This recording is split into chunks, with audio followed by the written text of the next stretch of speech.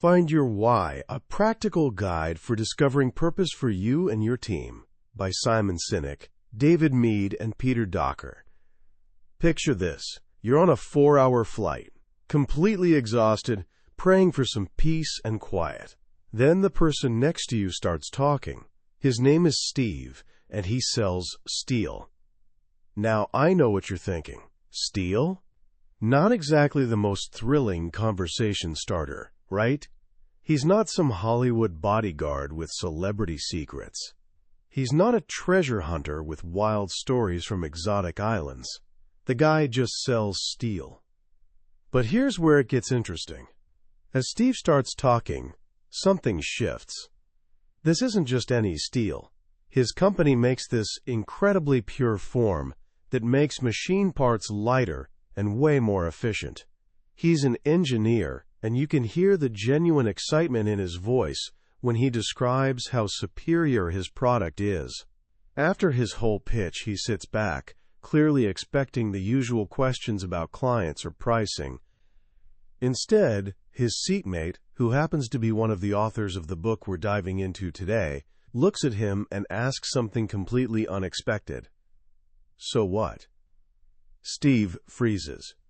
Well, not as much material needs to be used. And what difference does that make? His neighbor pushes. And just like that, a conversation unfolds that peels back 23 years of career like layers of an onion. Less material means less smelting. Less smelting means less energy and less pollution. Cars built with this lighter steel use less fuel, creating even less pollution.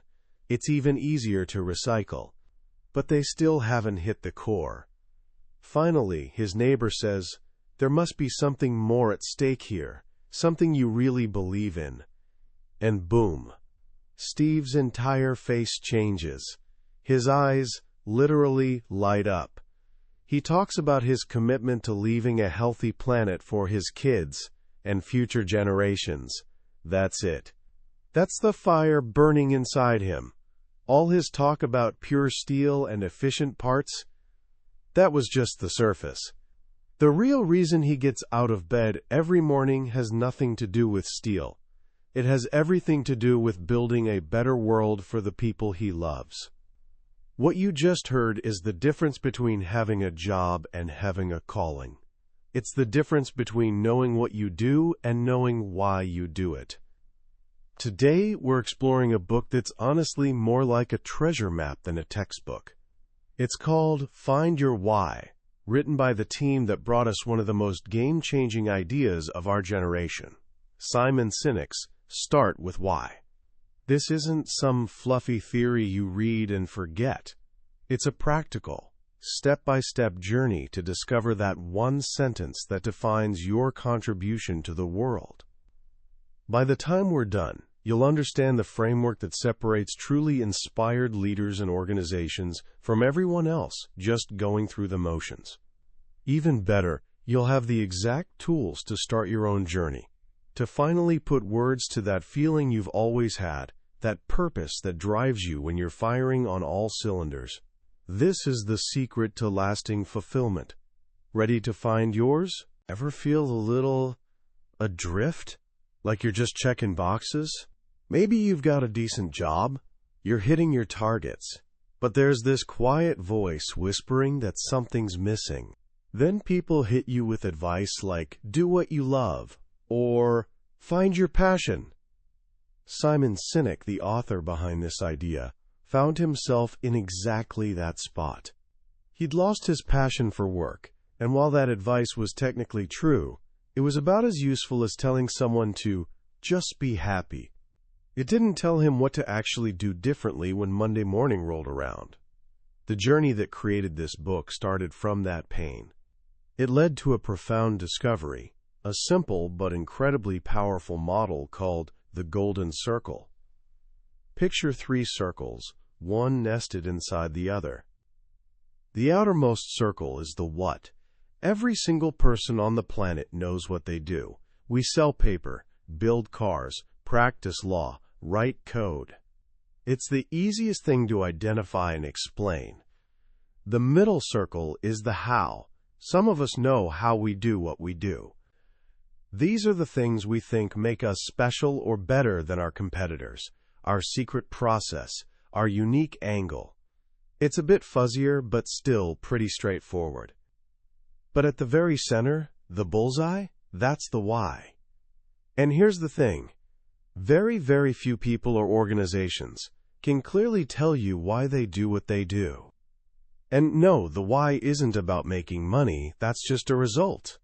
The why is your purpose, your cause, your belief. Why does your company exist? Why do you drag yourself out of bed in the morning? And honestly, why should anyone care?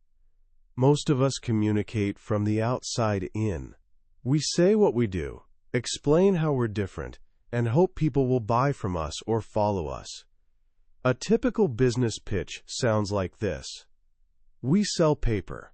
We offer the highest quality at the best price. Want to buy some?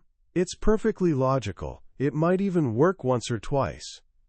But it doesn't create loyalty. Loyalty isn't built on features and benefits. The most inspiring leaders in organizations, from Apple to Martin Luther King Jr., think, act, and communicate from the inside out. They start with why. Now imagine that paper company started differently. What good is an idea if it can't be shared? Our company exists to help spread ideas. The more ideas that get shared, the better our chances of making real change in the world. There are lots of ways to share ideas. One powerful way is through the written word. We make paper for those words. We make paper for big ideas. Want to buy some? Feel the difference? Suddenly you're not talking about paper anymore. You're talking about a belief. And if you're someone who also believes in the power of sharing ideas, you're not just a customer anymore. You're part of something bigger. That's loyalty. This isn't just some clever marketing trick. It's grounded in biology. The way the golden circle works maps perfectly onto how our brains actually function. The outer part of our brain, the neocortex, lines up with the what level. This is our rational, analytical brain. It processes facts, figures, and language. But the middle two sections, the how and the why, correspond to our limbic system. This is the part of our brain that handles all our feelings, trust, loyalty, connection. It's also responsible for all human behavior and decision-making. Here's the catch.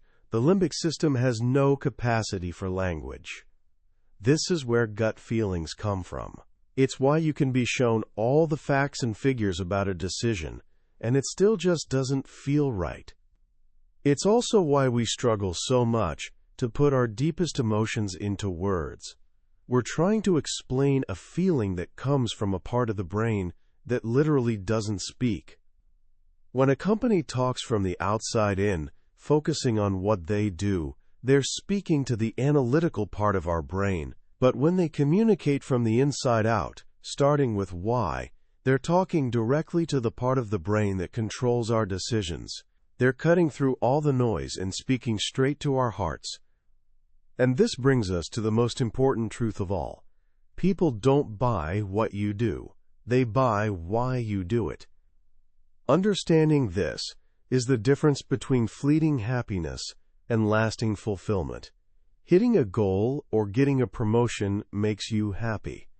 But that feeling fades. Fulfillment is deeper. It's the feeling that you're contributing to something bigger than yourself.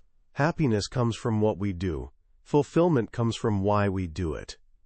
Steve, our steel salesman, found happiness when he closed a deal, but he found fulfillment knowing his work was helping create a healthier planet for his children. So if starting with why is so powerful, how do we actually find ours? That's the central question this book tackles. The authors make something crystal clear. You don't create a why. You discover it. It's already there. It's your origin story, fully formed by your late teens, from everything you've experienced, everyone you've met, and every lesson you've learned. The process of discovering it is like panning for gold in the river of your past. You've got to sift through the memories to find the recurring patterns, the golden threads that, when woven together, reveal the unique pattern of who you are at your absolute best.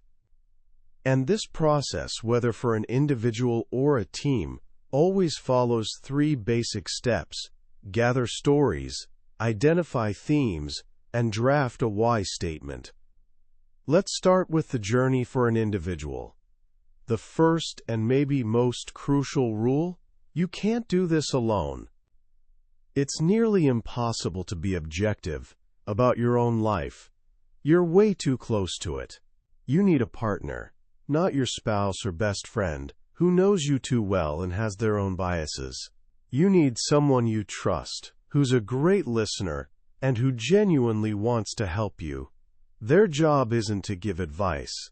It's to listen to your stories and help you spot the patterns you can't see yourself. Step 1 is prep work before you even meet. You need to gather your stories. Think back across your entire life, from your earliest memories until yesterday. You're hunting for specific moments that shaped who you are, the highs and the lows. Not general feelings, but specific, vivid memories. One helpful method is called peaks and valleys. Draw a horizontal line across a page. Above the line, plot the happy memories, moments you'd gladly relive. The higher you place them, the bigger their impact. Below the line, plot the tough memories, the difficult times that, while painful, taught you something profound. Jot down just a few words for each to jog your memory. Another approach is using memory prompts. Think about a teacher who changed your life. What exactly did they do? Think of a day at work when you went home thinking, I would have done that for free. What happened that day? What was your worst day at work? What accomplishment are you deeply proud of? The goal is to gather at least 10 stories, then pick the 5 or 6 most impactful ones to share with your partner. Now you sit down with your partner. This is where the magic happens. Your job is to tell your stories in as much detail as possible, but not just the facts of what happened. You need to connect with the feeling. How did that experience make you feel? What's the lesson you still carry today? Your partner's job is active listening. They'll take notes, but not just on facts. On a page split down the middle, they'll write the facts of the story on the left and the meaning, the feelings, emotions, interpretations, on the right. They're looking for recurring words, phrases, ideas. They're searching for that golden thread. Let me share an example from the book. A guy named Todd told his story. He'd lost a basketball scholarship to addiction and hit rock bottom, even considering suicide. One day, driving home from his bar job, he saw a little girl selling lemonade. On a whim, he turned around, bought a cup, then emptied his entire cup holder, nearly $40 in quarters, into her tiny hands, watching her eyes light up with each scoop. As he drove away, he was overcome with emotion and had to pull over, crying uncontrollably. He told his partner, "It was the first time in my life that I felt I'd done something for someone else. It lit my soul on fire, and for the first time I felt like I mattered." See the gold in that story? It's not about lemonade or quarters. It's about service, about helping others feel they matter. As Todd shared more stories, a clear theme of service kept showing up. As you and your partner go through your stories, your partner starts circling themes that appear in at least 2 different stories. These themes are the foundation of your why. After sharing, your partner presents these themes to you. You'll look at the list together and circle the 1 or 2 that jump off the page, the ones that make you say, "Yes, that's me." Now you're ready to draft your why statement. The authors provide a beautifully simple and powerful format. To blank, so that blank. That's it. 1 sentence. The first blank is your contribution, the action you take, the thing you give to the world. The second blank is the impact, the effect your contribution has on others. Let's look at Simon Sinek's own why: to inspire people to do the things that inspire them, so that, together, we can change our world. His contribution is to inspire people to do the things that inspire them. The impact is that together we can change our world. Using your identified themes, you and your partner each take 5 minutes to draft a version of your why statement. Then you compare them, combine them, and refine them until something feels right. It doesn't have to be perfect. The goal is a draft that's in the ballpark. Discovering a personal why is profound, but what about a group, a team, a company, an entire organization? Can a bunch of people have a single why? Absolutely. The authors call this the tribe approach.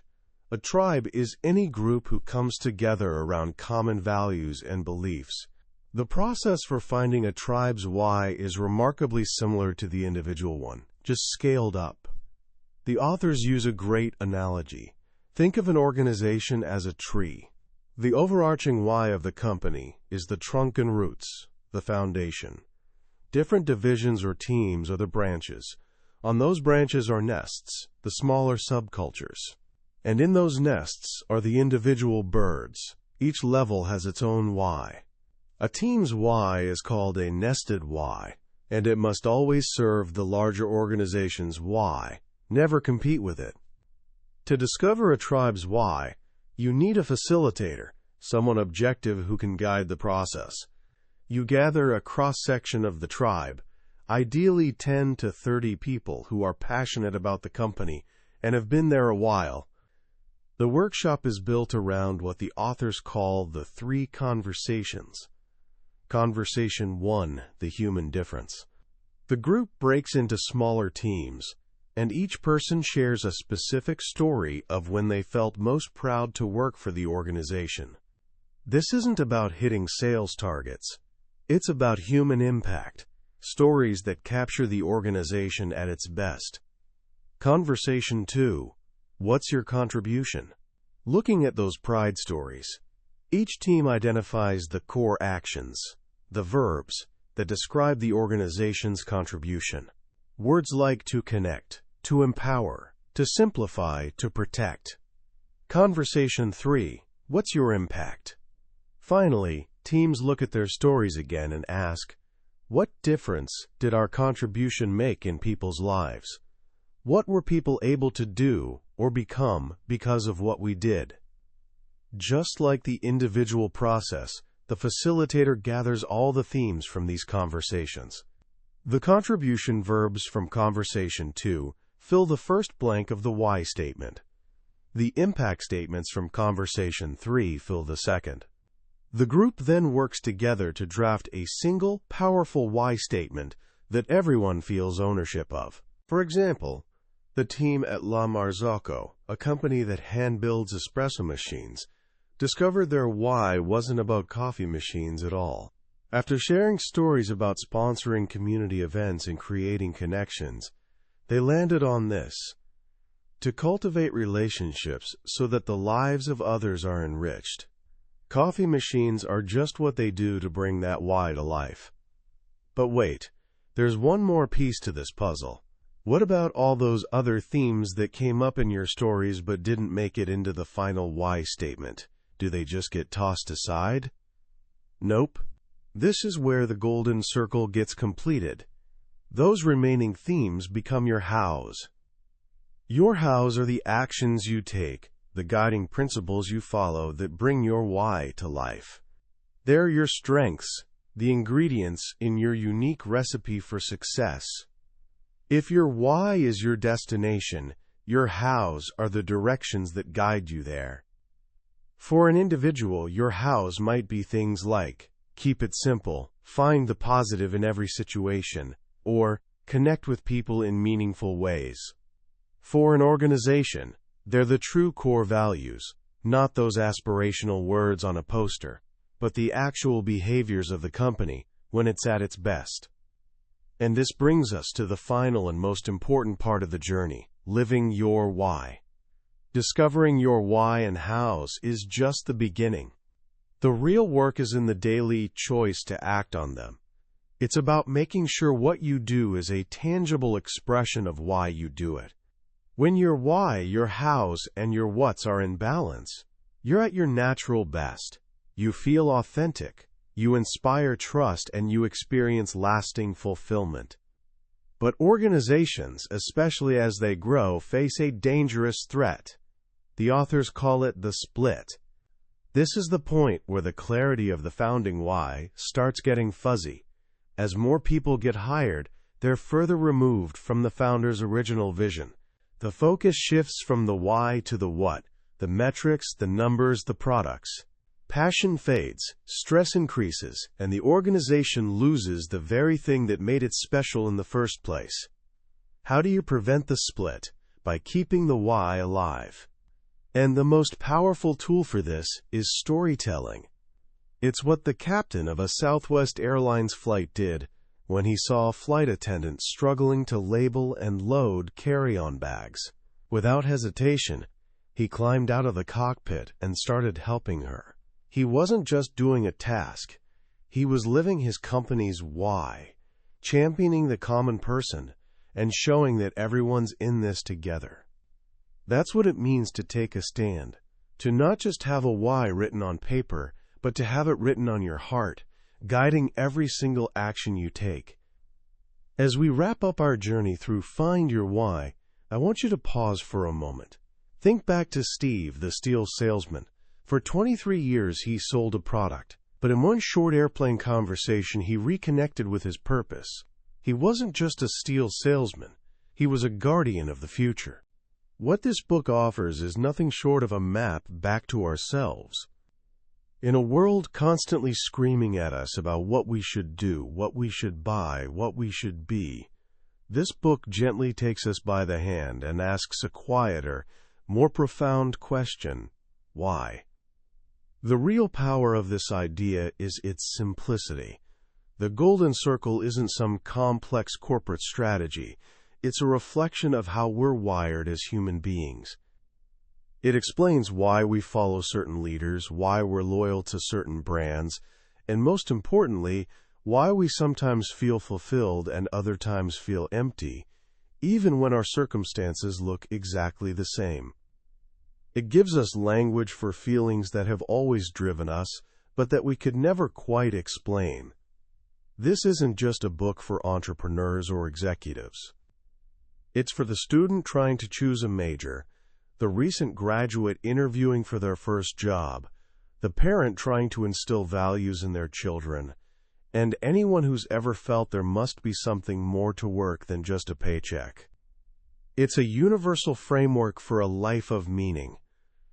The process of finding your why is transformative in itself.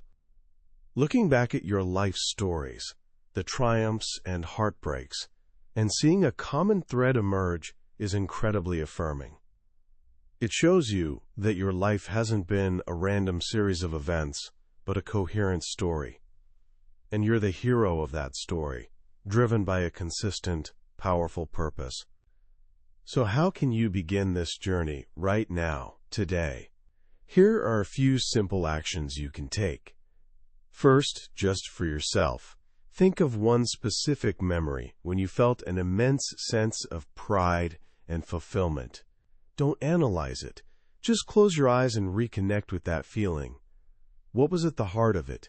Were you helping someone, creating something, overcoming a challenge? That feeling is a clue. It's a whisper from your why. Second, try a modified version of the friends exercise. Call up a friend you deeply trust, someone who's known you a long time. Ask them this: when you think of me, what's the one thing I do, or the way I am, that you value most in our friendship? Listen carefully.